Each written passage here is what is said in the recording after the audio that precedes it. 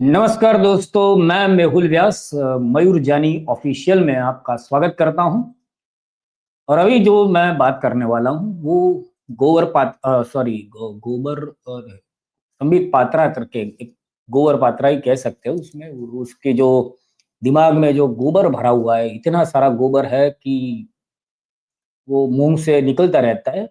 उसके जो विचार है, विदेश में इतने सारे प्रश्न है, बहुत सारे प्रश्न है। वोट चोरी का मामला चल रहा है, सुप्रीम कोर्ट में सब अलग चल रहा है। दिल्ली का प्रदूषण है वहां पे, जो अपनी अरुणाचल प्रदेश की जो युवती के साथ, महिला के साथ जो हुआ, वहां पे ये सरकार कुछ नहीं बोल रही है। इतने सारे मसले हैं जो जिस पे हमें एड्रेस करना चाहिए। इस देश के राजनीतिक जो लोग होते हैं उनको ये करना चाहिए। पर जो हमारे जो महापुरुष है नॉन बायोलॉजिकल, वो जिस तरह से इन सब ये सारे प्रश्न, महंगाई, बेरोजगारी, ये सारे उनके प्रश्न ही नहीं है।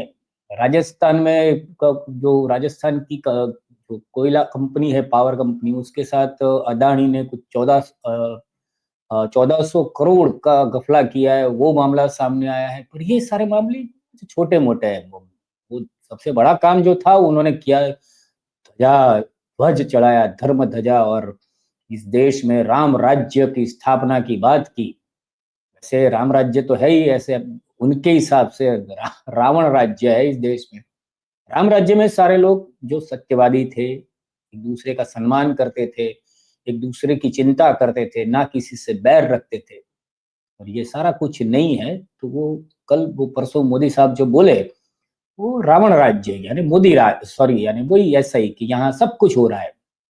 गुजरात में है वो, सब सब सब भ्रष्टाचार तो सब जगह पे चरम पे है। उसके आप छोटे से पुलिस वाले से लेके बड़ा आईपीएस आईएएस कोई भी हो, सब लिप्त है अपने जितने उसका हम गुजराती में तो ऐसा बोलते हैं कि वो पावड़ा मारता है। यानी जो भ्रष्टाचारी होता है वो किसी भी जगह से वो अपना फावड़ा मार के अपना हिस्सा निकालता है। वैसे ये सब सब जगह पे सब लोग निकाल रहे हैं। और ये सारे महत्व के मुद्दे इन लोगों को नहीं लगते। महत्व का मुद्दा कैसा है कि एक्स जो है एलन मस्क का, उसमें इन्होंने कुछ पकड़ वो जासूस जैसे होते हैं ना, वैसे उन्होंने कुछ वो गाजर खा के वो अपना करमचंदी दिखाई। उन्होंने ढूंढ निकाला कि यहाँ पे जो कांग्रेस का और ये लोगों का जो एक्स अकाउंट है, उसका लोकेशन जो है वो भारत का नहीं है, वो सारा बाहर से ऑपरेट हो रहा है, प्रोपोगेंडा चलाया जा रहा है। अरे यार भाई, तुम यहाँ बैठ के प्रोपोगेंडा चला रहे हो, तो ये सब कैसे हो सकता है? तो इस पे पूरा पूरा बहुत बवाल मचा हुआ है कि भाई वो उसने दिखाया, उसने उसकी प्रेस कॉन्फ्रेंस की, क्योंकि ये बहुत महत्व का मुद्दा है। अगर वो ध्रुव राठी है, वो जर्मनी में बैठ के वीडियो बना रहा है, तो वो देश का गद्दार है। यहाँ के सहन कर, ये जो चड्डी गैंग है और ये जो गोबर भक्त है, उनके साथ लड़, उनसे डर। ये फिर तू ऐसे, तेरे में हिम्मत है तो बोल के दिखा। बाहर से तो कुछ भी कर सकता है, प्रोपेगेंडा चला रहा है ये देश के। क्योंकि भाई देखिए, अभी आप मोदी के अगेंस्ट में कुछ भी बोलेंगे तो ये उनके जो कीड़ी मकोड़े हैं, वो उन्होंने जो पैदा किए हैं जो नॉन बायोलॉजिकली, तो वो गोबर भक्त सारे तो कीड़ों मकोड़ों जैसे ही है कि वो तो खड़े वो चिल्लाने लगेंगे, क्यों क्यों देश द्रोही ये करेंगे। तो ऐसा ही कुछ ये गोबर पात्रा ने कल किया। तो उसकी प्रेस कॉन्फ्रेंस में उन्होंने, वो मोहम्मद जुबैर अल्ट न्यूज वाले हैं, उनका भी एक एग्जाम्पल दिया था कि ये भी कोई बाहर से सब चल रहा है, आयरलैंड से चल रहा है, यहाँ से चल रहा है, सब चल रहा है, कहीं ना कहीं से चल रहा है। पर ये बेसिकली जितने भी उसने प्रेस कॉन्फ्रेंस में गोबर पात्रा ने बताए, वो सारे जो है वो मोदी विरोधी तत्व है। और जिस तरह से उनके पापा ने A B plus A B square plus two A B ऐसा वगैरह कुछ जो सूत्र निकला था, ये इन्होंने अभी एक नया सूत्र निकालने की कोशिश कर रहे हैं कि X plus location is equal to Modi विरोधी इज इक्वल टू देशद्रोही। आप देश के गद्दार हो, आप मोदी के सामने बोल रहे हो, मोदी का विरोध कर रहे हो, तो आप देश का विरोध कर रहे हो। क्योंकि उनके लिए तो देश ही वही है। 2014 के बाद ही ये देश आजाद हुआ। उनके पहले तो उनके माँ बाप भी गुलामी काल वो उसमें जी रहे थे। क्योंकि ये मानसिक विकलांग, मानसिक दिव्यांग, मानसिक रूप से सब तरह से रोगी, मनोरोगी है, जिनके पास अक्ल नाम का कोई वो नहीं है, और थोड़े बहुत अपने लाभ के लिए वो इस देश के साथ सबसे ज्यादा गद्दारी ये लोग हैं। और फिर भी अभी ये लोग जो कह रहे हैं, तो फिर मोहम्मद जुबैर ने उसी प्रेस कॉन्फ्रेंस का क्लिप लेके उस पे मोहम्मद जुबैर ने अपनी एक पोस्ट की है, जिसमें बहुत सारी ऐसी ऐसी अकाउंट्स दिखाए जिनके लोकेशन बाहर के हैं। तो इस गोबर के मुंह पे बहुत बड़ी जो काली वाली डामर आता है ना, ऐसी काली पोती है। तो मैं दिखाता हूँ वो वाली, देखिए ये गोबर के मुंह पे जो कादव बोलते हैं ना, क्योंकि कमल वालों को कादव अच्छा लगता है तो कादव रखते हैं। तो ये उसी प्रकार मोहम्मद जुबैर की अतीक पोस्ट है, सिन्हा है, जिसमें इन्फ्लुएंसर है। उन्होंने पहले तो लिखा है कि there is a dumber and then there is a Sambit school of logic. यानी एक मूर्ख होता है, एक महामूर्ख होता है, और एक होता है संबित गोबर पात्रा। तो उसने अपना दिखाया कि भाई उन्होंने कुछ ढूंढ निकाला है। तो भाई दोस्तों, भाजपा वालों, पात्रा जी हो, अब ये आप भी देख लीजिए। तो उन्होंने जो है वो दिखाया है, उसमें सबसे पहले ये बीजेपी गुजरात है, वो वो भी बाहर का है। आप सब जो उन्होंने सबकी पोस्ट उसके ऊपर लगाई है कि वो कहां कहां से है सारे। इनका अकाउंट बेस्ड इन मलेशिया है। एक ऑल्ट न्यूज का मुझे दिया गया है, alt news @capital ALT capital N small EWS। Adani जो है वो जर्मनी से है। Connected via web. Account based DD in news है, यूनाइटेड वो भी स्टेट्स। बाहर ये से है। उस समय का स्क्रीनशॉट है जिस समय ये यह फीचर वो अपना एक्स ने गोस्वामी दिखाया। अर्नब, ठीक उसी उसका भी बाहर प्रकार का है। द कैरावान आज तक का भी लोकेशन स्मॉल भारत के बाहर का है। और ये सारे एक्स पर है।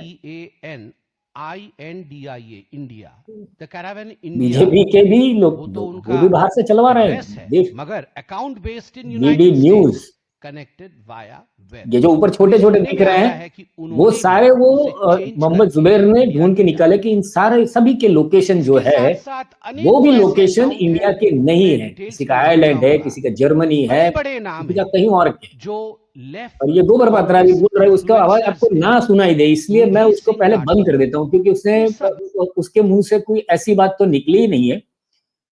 तो ये गोबर पात्रा जी का अपना वो विश्लेषण था, तो ये मोहम्मद जुबैर ने आंसर दिया। उसके बाद में जो कांग्रेस की प्रवक्ता है सुप्रिया श्रीनेत, उन्होंने भी इसके ऊपर अपना एक पूरा प्रेस कॉन्फ्रेंस किया, कल शाम को किया है। तो वो भी आपको दिखा देता हूं कि उन्होंने उसमें क्या बताया है ये पूरे मामले के ऊपर। पर एक नया प्रोडक्ट लॉन्च हुआ, उस प्रोडक्ट में आपको लोकेशन पता चल सकती है। एक्स ने आधिकारिक तौर पर क्या कहा है उसको मैं बाद में बताऊंगी। बीजेपी की मूर्खता आप पहले सुन लीजिए। बीजेपी के एक लंपट ने प्रेस कॉन्फ्रेंस करी और प्रेस कॉन्फ्रेंस करके कहा कि कांग्रेस के समर्थकों के अकाउंट विदेशों से चल रहे हैं और यह देश के खिलाफ साजिश है। सर्वप्रथम, बीजेपी या नरेंद्र मोदी राष्ट्र नहीं है। राष्ट्रहित में सवाल पूछे जाते हैं, सवालों का जवाब दीजिए और थोड़ी तो मूर्खता कम दिखाइए। मूर्खता के मुद्दे तो मत बनाइए, ध्यान भटकाने के लिए भी मुद्दा तो ढंग का लेकर आइए। उन्होंने हमारे तमाम अकाउंट्स के बारे में कहा कि ये अकाउंट विदेशों से चल रहे हैं। एक लंबी फेहरिस्त मेरे पास भी है उनके अकाउंट्स की, उनके ऑफिशियल अकाउंट्स की, वो कहां से चल रहा है भी पढ़ूंगी उसको। उन्होंने कहा फलाना हमारा अकाउंट आयरलैंड से चल रहा है, फलाना यूएस से चल रहा है। पवन खेड़ा जी के अकाउंट के बारे में बात करी, उन्होंने खुद ही बोला मैं वीपीएन इस्तेमाल करता हूं। और अब आपको मैं आधिकारिक स्टेटमेंट जो एक्स का है उसको भी पढ़ के सुना देती हूं।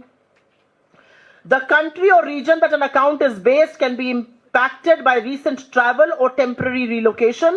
This data may not be accurate and can change periodically. तो ट्विटर खुद ही स्वीकार कर रहा है कि जो डेटा, जो लोकेशन आपको दिख रही है वो एक्यूरेट नहीं है, ये कभी भी चेंज हो सकती है। आप वीपीएन इस्तेमाल कर रहे हैं, आपने ट्रैवल किया हो, आपने रिलोकेशन किया हो टेम्पररी, उस पर हो सकता है। और अब मैं बीजेपी के महामूर्खों को कहूंगी, निकिता बियर का एक अकाउंट है प्रोडक्ट हेडेक्स के, उनका जाकर ट्वीट पढ़ लें। उनका कहना है कि हमने एक प्रोडक्ट नया लॉन्च किया था, अलग अलग जगहों में लोगों को दिक्कतें आ रही हैं, ये ग्लिच है और हम ग्लिच को रिजॉल्व करने की कोशिश कर रहे हैं। जब हमने एक्स से बात करी, उन्होंने कहा आप लोग के ऐसे कोई अकाउंट है तो हमें जरूर भेजिए, ये प्रोडक्ट की वजह से ग्लिच आया है। मतलब बीजेपी को क्या चवन्नी बराबर भी अकल नहीं रह गई है अब। और अगर मैं उन्हीं की बात पर यकीन करूं तो मैं उनसे पूछना चाहती हूं, बीजेपी गुजरात आयरलैंड से क्यों चल रहा है? स्टार्टअप इंडिया का अकाउंट आयरलैंड से क्यों चल रहा है? डीडी न्यूज का अमेरिका से क्यों चल रहा है? जो 40 रुपए पर पेट्रोल कराने वाले श्री उनके इतने बड़े समर्थक हैं, उनका अकाउंट नॉर्थ अमेरिका से क्यों चल रहा है? उनके तमाम फर्जी समर्थक जो लोग हैं, उनके किसी के अकाउंट साउथ अफ्रीका से चल रहे हैं, कोई साउथ अमेरिका से चल रहे हैं। मोदी जी की अपने साथ डीपी पर लगाने वाले लोगों के अकाउंट मलेशिया से चल रहे हैं। और तो और राष्ट्र मित्र मोदी जी के जिगर के टुकड़े अडानी ग्रुप का अकाउंट जर्मनी से चल रहा है। कैसे चल रहा है? ये लोग राष्ट्रद्रोह क्यों कर रहे हैं? क्या बीजेपी इस बात का जवाब दे सकती है? महामूर्खता की दलीलें, मुद्दों से भटकाने का प्रयास है ये। तो ये जिगर के छल्ले का, जो मोदी जी के जिगर का छल्ला है अदानी, तो क्योंकि अभी राजस्थान में 1400 करोड़ रुपए का वो है गबन। वो भी मामला जबरदस्त है कि 2003-4 से चल रहा है, और उसमें अभी हाई कोर्ट ने संज्ञान लिया और उसके ऊपर 50 लाख या कुछ 50 करोड़ का ऐसा कुछ जुर्माना दिया है कि इन्होंने कोयला जो छत्तीसगढ़ से या कहीं से निकालने के लिए ये राजस्थान गवर्नमेंट को कॉन्ट्रैक्ट मिला था, उसमें ये बीच में घुसे थे और वहीं से तगड़ी मलाई खाने का उनका पूरा था। वो जैसे ही कुछ उसमें मैं बोलने जैसा कुछ, मेरे को दिखाने जैसा कुछ आएगा तो मैं जरूर दिखाऊंगा उसमें भी। पर अभी ये जो बात चल रही है उसमें यही है कि आपका अकाउंट कहाँ से है उससे क्या मतलब पड़ता है, आप क्या बात कर रहे हो उससे मतलब पड़ता है। आप कैसे दिखते हो, आपके चश्मे अच्छे, आपका मेकअप अच्छा है, ये थोड़ी ना बहुत महत्व की बातें होती हैं। आपके कपड़े अच्छे, ये महत्व की बात है नहीं। आपके विचार कितने अच्छे वो महत्व का है, आप कितने सच्चे हैं वो महत्व का है। और अभी ये देश में ऐसा एक प्रधानमंत्री जो आ गया है, वो क्या बोलते हैं, प्रचार की प्रोडक्ट है, जो अपने आप को रोज नया कपड़ा, रोज नया मेकअप के बिना तो ये मेरे ख्याल से बाथरूम में भी नहीं जाते होंगे, नहाने भी नहीं जाते होंगे इतने जो। और बोलना है, कुछ भी बोलना है, उनके बहुत सारे ऐसे बातें हैं जो जो कोई मतलब की नहीं है। ये अभी राम राज्य वाली तो मैंने अभी बताई, उसके सिवा बहुत सारी बातें हैं जिसका कोई तुक नहीं बनता है, फिर भी बोलते रहते हैं। और उनके जो गोबर भक्त हैं वो उसको अपने मुंह से उसका गोबर का स्नान करते हैं और इस देश का बेड़ा गर्क कर रहे हैं। और इसमें ऐसा नहीं है कि अनपढ़ लोग हैं। दुख की बात यही है कि इसमें बहुत सारे ऐसे पैरासाइट है और पढ़े लिखे पैरासाइट है जो इस मोदी से चिपक के अमीर बनना चाहते हैं और अमीर अमीर बन रहे हैं। और इस देश को गरीब भी, 80 करोड़ लोग तो गरीबी रेखा के नीचे ही है जिनको ये मुफ्त में अनाज देते हैं। और मुझे तो लगता है कि ये जो नरेंद्र दामोदर दास मोदी की महच्छा है कि इस देश का 90% और उससे ज्यादा नागरिक जो है वो उनके टुकड़ों पे पले, वो सरकार में वो बांटे और हम लाइन में खड़े रहे। वो साउथ की पिक्चरों में हम देखते हैं ना कि वो ऐसा होता, गुंडा होता है और वो नगर सेठ ऐसा वो सबको देंगे। और उनको पता नहीं है कि ये लोकतांत्रिक देश है और ये लोकतंत्र तो जिन्होंने बनाया है आज से 70-75 साल पहले जो संविधान बनाया उन्होंने उसमें बहुत सारी बंदिशें उसी वक्त लगा दी थी क्योंकि उनको पता था कि इस देश पर ऐसा भी कोई वो सरमुख्तियार या तानाशाह अपनी अपनी चलाने के लिए, अपनी ताकत दिखाने के लिए आएगा। तो उसके पहले ही वहां पे तालाबंदी कर रखी है। भले ही वो जितने भी जजेस को खरीद ले, जितने भी जजेस को या तो पुलिस वाले हो या कोई भी अधिकारी, सरकारी अधिकारी, सबको मुजरा कराए अपने घर पे, अपनी मर्जी से चलवाए।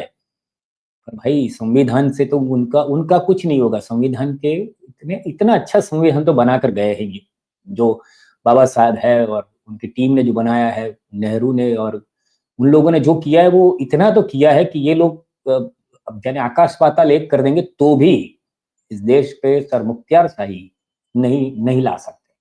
हाँ, थोड़ा बहुत परेशान कर सकते हैं, थोड़ा थोड़ा ऐसे ऐसे आड़े टेढ़े नियम ला सकते हैं। जैसे कि अभी एक का सुनने में आया है कि राज्यसभा में ऐसा है कि अभी से जो राज्यसभा के सांसद है वो जय हिंद और वंदे मातरम नहीं बोल सकते।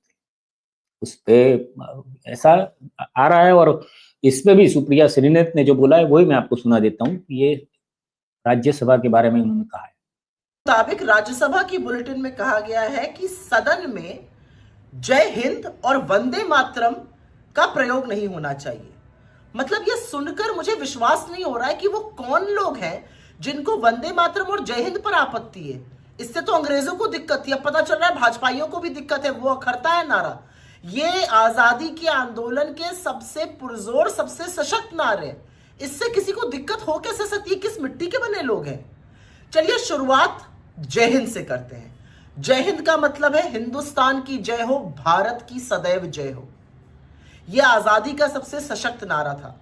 इसकी रचना 1907 में केरल के ट्रवणकोर के रहने वाले क्रांतिकारी चेम्पक रामन पिल्लई ने की थी।